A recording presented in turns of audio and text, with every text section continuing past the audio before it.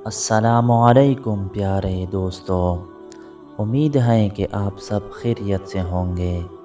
ہمارے پیارے نبی کریم صلی اللہ علیہ وسلم کی چند پیارے حدیث آپ کے سامنے پیش کروں گا، آپ سب اس حدیث کو یاد کر لیں۔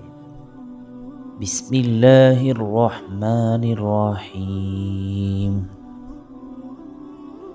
حضرت ابو درداء رضی اللہ عنہ روایت کرتے ہیں کہ رسول اللہ صلی اللہ علیہ وسلم نے ارشاد فرمایا، کیا میں تم کو روزہ، نماز اور صدقہ خیرات سے افضل درجہ والی چیز نہ بتاؤں؟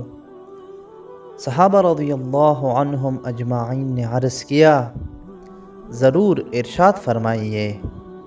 آپ صلی اللہ علیہ وسلم نے ارشاد فرمایا، باہمی اتفاق سب سے افضل ہے، کیونکہ آپس کی نا اتفاقی دین کو مونڈنے والی ہے۔ یعنی جیسے استرے سے سر کے بال ایک دم صاف ہو جاتے ہیں، ایسے ہی آپس کی لڑائی سے دین ختم ہو جاتا ہے۔ حضرت حمید بن عبد الرحمن رحمۃ اللہ علیہ اپنی والدہ رضی اللہ عنہا سے روایت کرتے ہیں کہ نبی کریم صلی اللہ علیہ وسلم نے ارشاد فرمایا، جس شخص نے صلح کرانے کے لیے ایک فریق کی طرف سے دوسرے فریق کو فرضی باتیں پہنچائیں، اس نے جھوٹ نہیں بولا، یعنی اسے جھوٹ بولنے کا گناہ نہیں ہوگا۔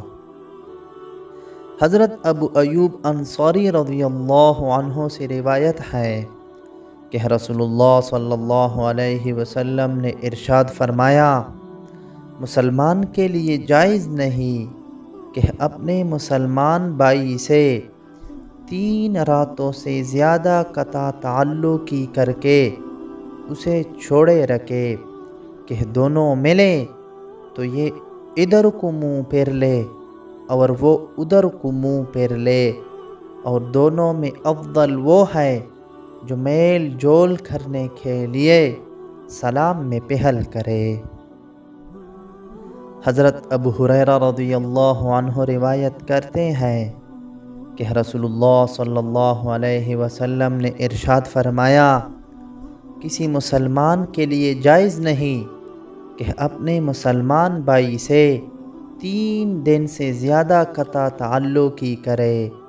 جس شخص نے 3 دن سے زیادہ قطع تعلق رکھا اور مر گیا تو جہنم میں جائے گا۔